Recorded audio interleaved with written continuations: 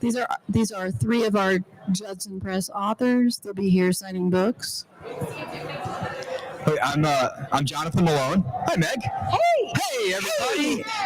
Jonathan Malone, episode Fire Trucks and Ducks. Yeah, we had a good time.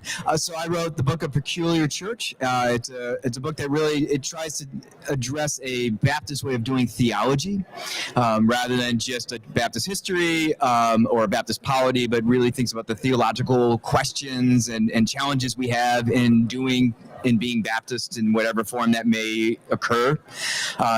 It's a book that's intended for lay folk, for seminarians, for pastors, for anyone who's having just curious and wants to get into it. I currently reside in Rhode Island. I like to take long walks in the woods. I like a hibiscus and lemongrass tea in the evening, and I find sometimes science fiction novels are fun curling up by the fire. Wow. Ladies and gentlemen. Follow that. My name is Travis Norville. I'm the pastor at Judson Memorial Baptist in Minneapolis, and the author of the book Church on the Move. And all of our books, we want to say one thing here. We'd like for you to each of you to buy 3 of them. It's kind of like the Star Wars thing from Saturday Night Live. Remember, it's 1 to play with, 1 to have just in case, and then 1 in the vault. So that's a brilliant marketing strategy. It is a great marketing strategy. I like that. Yeah, I do too. All right, so 3 per. Yeah. So it's 1 for yourself, 1 for a church leader, and then 1 for the church library. So that's our plea for that, right? That's because look, if you don't do that, then Judson has to send all these back. The shipping costs of going back to Philadelphia, and that's just we really don't want to do that. I like this guilt. I like that. This is good. So that's what I got. We'll pass it on. My name's Greg Manula. I'm the Transitional Executive Minister for the American Baptist Churches in Nebraska and author of Table Life, an invitation to everyday discipleship. It's a book about 5 habits of discipleship that we can do together that's centered around sharing meals, having conversations, listening to one another's stories and contexts, diving into some scriptures in some kind of interesting ways, and then sharing communion as a fellowship and just how these things shape us into community. So each of these gentlemen have actually had their own episode of Ministry Mondays with Meg. If you have missed their episode, you can. Mine was number 1, right? Most popular all time. Mine had the most cussing on it. So this one starts his episode is what kind of rating are we talking about here?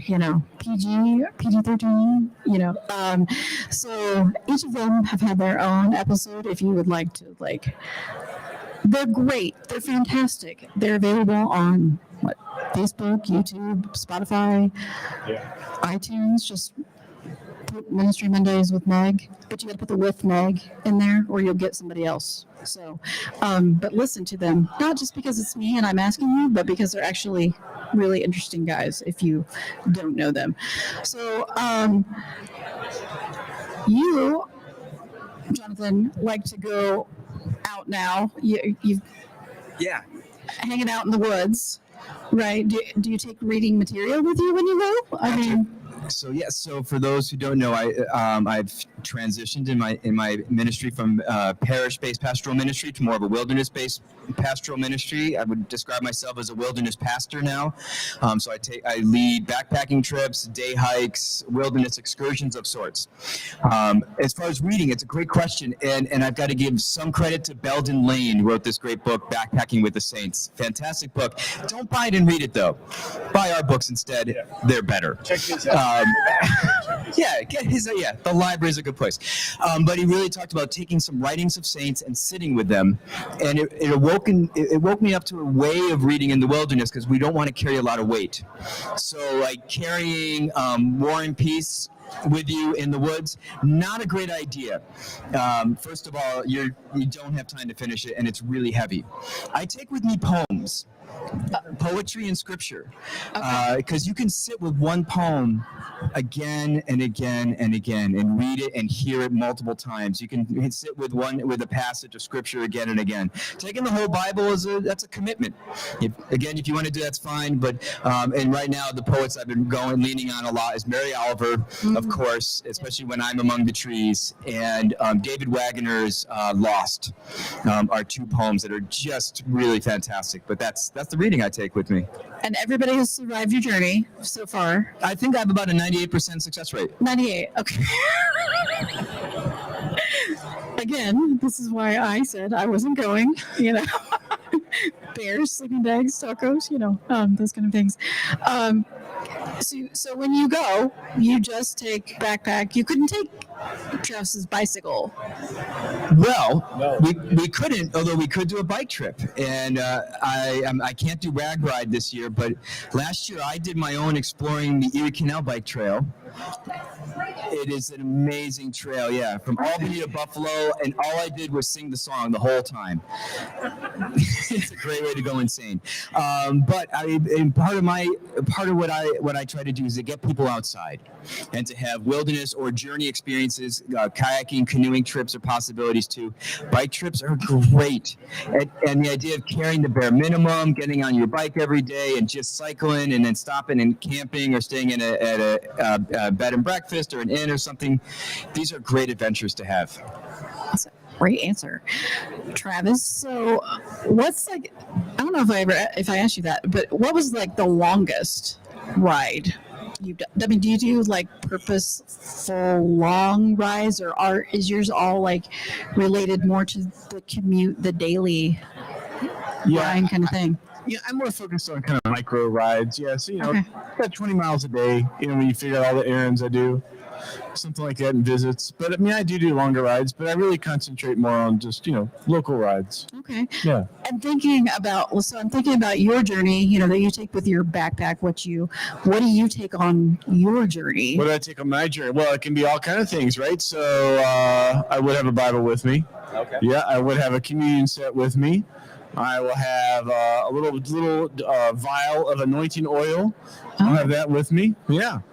Scented or cooking? I mean, no, it's unscented, right? I mean, that Okay. can be kind of harsh, Right. but it is an olive tree. There's this little grove that these monks cultivate, and Nice. they bless the oil, then they send it over. So it's kind of nice that way. I take the normal things that a pastor would have with them in their backpack or in their briefcase. Only I have it it's in a backpack. Yeah. and So- you've got your little license plate on the front I've of the got a license bicycle. plate, right? One time I pulled up next to I really like Volvo's cars, and I pulled up next to one, and I knew because of my own research that that particular car cost $77,000. And I was at the stop sign, and I looked. It's a lot of bicycles. That is a lot of bicycles. And I looked at it, and there was a Lutheran pastor. I knew who it was, and they were wearing a clergy collar, and they had a little clergy bumper sticker on the back of this Volvo. And I thought, well, I mean, there's nothing against that, right? I mean, it's a great car, but I thought it would be fun if I just put the same kind of bumper sticker on my bike. Okay, so that's how that happened. That's how that happened. Okay. Yes. And then what happens? People will come up to me and at a stop sign, and they will ask, "Are you really a clergy person?" And I'm like, out of all the professions that I could impersonate, clergy is the least that I would ever do. So, Have you ever thought about answering that? No. That's usually what I say to them. Like, really? Yeah. Right. So, yeah. Yeah, exactly. Yes, because it pays so much money. Yeah, exactly. They pay me Yeah. so much that I have to ride a bicycle around. Oh, okay. Prestige. So, yeah. Yeah. I think these are important questions, what we take with us, how we prepare. So, Greg, the idea behind your book is your table life. Mm-hmm. These two are outside. I'm assuming we don't have dinners outside, or do we have dinners outside? Sure. Yeah, you can have them outside. This is definitely the calorie source for all this energy that's being burned over here. This is good. Yeah, we want all the carbs and pasta, All the carbs. and then we'll go for the ride or the walk later. This is good. Yeah, people can enjoy table life in just about any setting. You can go to a park, have a picnic. You can do it on the back deck with whatever your patio furniture is. When I was a kid, my family moved a lot. And my dad was military, and there'd be many times when we got into a new apartment or house or base housing or something, and the first few meals would literally be on a cardboard box or on a blanket on the floor of the living room. So table experiences can be had anywhere, at any time, on the go. Maybe I need my daughter actually just at a yard sale got like an old-fashioned picnic basket with nice. The plates and the silverware all like strapped into the lid, and the cups and the glass dishware, and she and her brother go to our park in our neighborhood and share that with their friends and stuff. And so it's a little bit like I don't know, I mean, they bring real food and lunch and stuff, so it's somewhere between make-believe and actually having table experience with the other neighborhood kids. That's really, I love that. I mean, yeah, that you can do it inside, outside. It's does not have to be the literal table. And then I'm just thinking about God and the fellowship, and yeah, it ends up being a really beautiful, beautiful thing. So since you are our Judson Press authors, why'd you write the book? We'll start with you. Why'd you write the book? Yeah, so I had gone to a continuing ed opportunity, and when I was there was a presenter talking about how they were getting to know their neighborhood a little bit better, and one of the things that they had talked about was meeting neighbors that were walking by in the front of their house. Now in Nebraska, we don't have a lot of front porches. It's just the way they design houses, and it's just weird. So maybe it makes it easier to shovel all the snow. It does make it less snow to have to shovel, probably. But that's not like a Southern culture where my mom was from, and everybody had a big front porch with a swing and all this kind of stuff, and you sit out there and you talk to people as they walk by, and so you have to go through an extra effort. And so I thought, okay, how can I get to know my neighbors better? And I went to Walmart and I bought these inexpensive plastic chairs, and we just stuck them in our driveway. And I was really mad about it at first because I had just bought a house and it had a nice back deck, and we played wiffle ball in the backyard and all this kind of stuff. And I thought, this is like a little oasis, but that's exactly what it was. It was an escape. I didn't get to know anybody this way. And so we put these plastic chairs in the driveway, and we got to know our neighbors, and it just became kind of an experience for us. And we started to invite them over for meals, or we give them a snack as they went by, that kind of stuff, like trick or treat, only they didn't know it was happening, and we were also new to a church community, and so we started having meals with other young adults in that congregation, and we started telling each other stories. And why did you become part of this church? How did you become a Christian? Why are you part? How did you find the job that you have? Is this a vocation for you, or is it just work to do other things? And so this just kind of became a slow burn where one thing led to another, and one practice led into another practice. And I began to formalize a process that we call Table Life, or Welcome to the Family Table was what we called it at the church originally. And it was just a slow burn into that. And as I did my DMin process and had to write a thesis and do a project, expanded that even further. And then that process became a book that I submitted to Judson, and they accepted, and had to rewrite everything from my thesis because it was too nerdy. And right. So, yeah, this is a much more accessible version of a lot of that. And so that's how I came to write it. It's a very slow, long, multi-year journey that led to a book. Well, I think it's a great book. And I'm not just saying that because of where I work, but I think it is a great book, all three of them. But, and so then I guess, Travis, what's your why? The why, I kept trying to figure out why, why are churches why are churches growing? Why? That's a great question. Yeah, why are churches more engaged in their communities? Kind of like Greg's question, a lot. And I found out that I kept experiencing, the more that I was on my bike and walking and taking public transit, that I was just getting to know people, and I was hearing more stories, and we were finding that our ministry became much more focused than just we're just going to do X, Y, and Z and see what happens. But when we actually knew what to do, it became a little bit easier to do. And so I thought, well, I wonder, and I thought for sure that someone else was already going to write the book. And then people are like, hold on, who else is writing books on public transit, walking, and riding a bike in church? And it turns out no one is. But me. So that was kind of fun. So I kept thinking the muse would move to someone else, and it never did. It just kind of kept hanging over. So I was like, okay, during the pandemic, I had pretty much most of the book done, but I didn't really like it. Then I got really worried, like, oh my gosh, is there even going to be a church on the other side of this to even write a book for? Yeah. And a friend of mine said, just do it because you're hopeful. So I love that you write the book because you're hopeful. Yeah. That's a really great reason. Yeah, and really great. I appreciate that.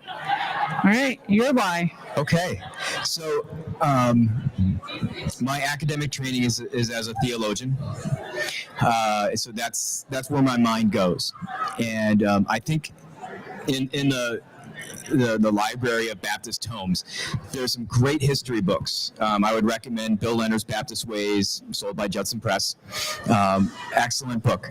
There's some, and there's other great books on Baptist history. There's some great books on Baptist polity, which is like how do we structure.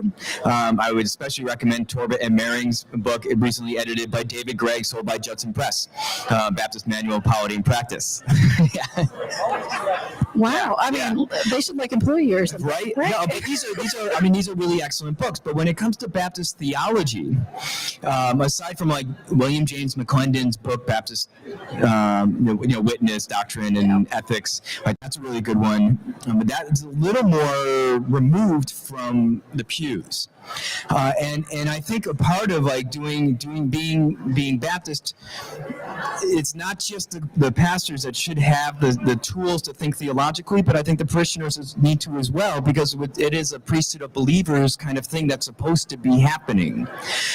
So that was really impetus for me to write something that hopefully is grounded in some kind of academics, in some kind of good theory. Hopefully, I did the best I could. You can write me, it's fine. But offers some tools, some ways to be able to think in such a way that it's not just all on the pastor for how to do church. Yeah. It's on the whole community and gives them those theological tools to be able to articulate well, this is what it means, or this is how we articulate the ways in which the Spirit is moving amongst us. That is particular to our community as well. And that was the other part, that there's a lot of good theology out there, but it's not true to the Baptist life and witness. And there are certain nuances and neuroses to our community that need their own kind of speaking. Yeah. So anybody that's watched my show knows that the last question is my favorite, and that's the joy question. I didn't remind you about that. So these guys are going to hang around and sign books if you want them to sign your book, or books if you're buying the 3 as suggested. Remember, 1 through. Yeah. Wow, math. Most clergy don't math. Right. So that'd be 9 books. Anyway, so my favorite question of the whole entire part is think about everything that you do. You play with bears and I play with bears. And you love bears, okay? You go hide in the woods and all that stuff, and you're riding your bike through the city, and thank God not getting hit by a bus, because that would frighten me, And here you're sharing wonderful meals in the snow, okay, probably not in the snow, but you're sharing meals, and you're bringing this community that we're called to be to life, which is beautiful. So what brings you joy? Should I just start? Go ahead. 2 things. Can I answer doubly? Absolutely. Yes. And they're both going to be wilderness-based.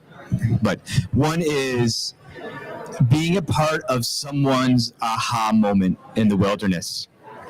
So when you go up, when I was summiting a mountain with someone else, and then they have that moment where they see it and they're just speechless and oftentimes crying and saying, "This is amazing." Being able to be a witness to that and a participant of that is just fantastic for me. It's a beautiful, beautiful moment. The second thing is at the end of the day, backpacking, sitting in the woods, finishing supper, having supper, cleaning up, having good conversation, and enjoying a cup of tea with a splash of whiskey in it. I don't think you gave the first answer when you did the show, but you didn't mention the whiskey. Oh yeah. I didn't say that's a bad answer. You just didn't give it. Technically, I'm on sabbatical right now, and I will be. No joy. So there's plenty of joy, right? No, it's all the joy, right? Yeah, exactly. until Labor Day. But one of the things we've been doing that just kind of happened that we're doing. Lori and I are doing lots of walks together, and our evening walks. I wake up and I'm excited about an evening walk to do, just to kind of take in neighbors and see who we run into and those kind of things, and what kind of smells we inquire, along the way when people's gardens and what they cooked for dinner that night. Nice. Yeah. See, this is why I love this answer, because you never know what's going to happen in the thing that gives one person joy and another person is. No two answers have ever been the same, and that's beautiful to me. So, yeah. All right.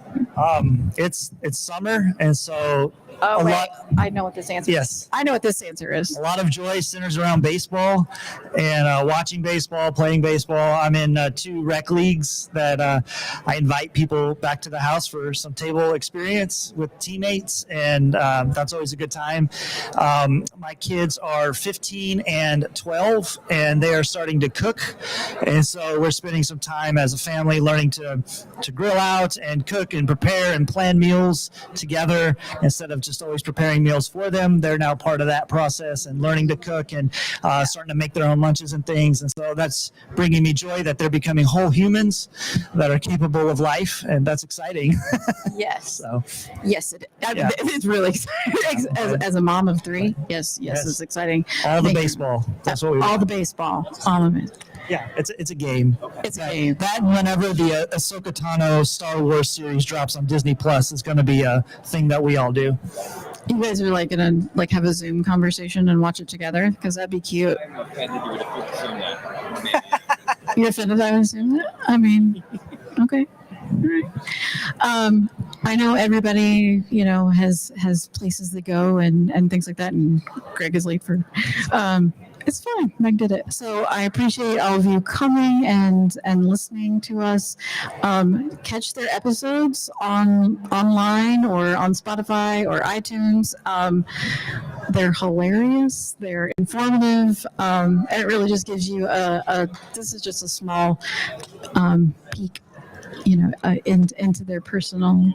And Greg and I are doing, we have workshops on Sunday. Oh, that's right. Right, What you want to plug your workshop while you're here? Yeah, go ahead. Yeah, sure. Sunday afternoon at 4:00. Don't go to the beach or take a nap. Come back here. You can come to a workshop on table life, invitation to everyday discipleship, and we'll kind of walk through the basic principles of the book and some biblical examples of how meals are told through the biblical story. Yeah. And I've got one at 4, rivaling Greg's. Yeah, they gave us the greatest slot ever, 4:00 on a Sunday. And we'll be doing that. It's we'll be talking a little bit about how to get in your community and walk and bike and take public transit and get to know your neighbors. Yeah, so come out on Sunday. This is Friday, so come out on Sunday, 4:00, and workshop with these gentlemen and pick up the book, go and meet them, and thanks, guys, for being a part of this wonderful madness that is Ministry Mondays with Meg. So thank you, everybody.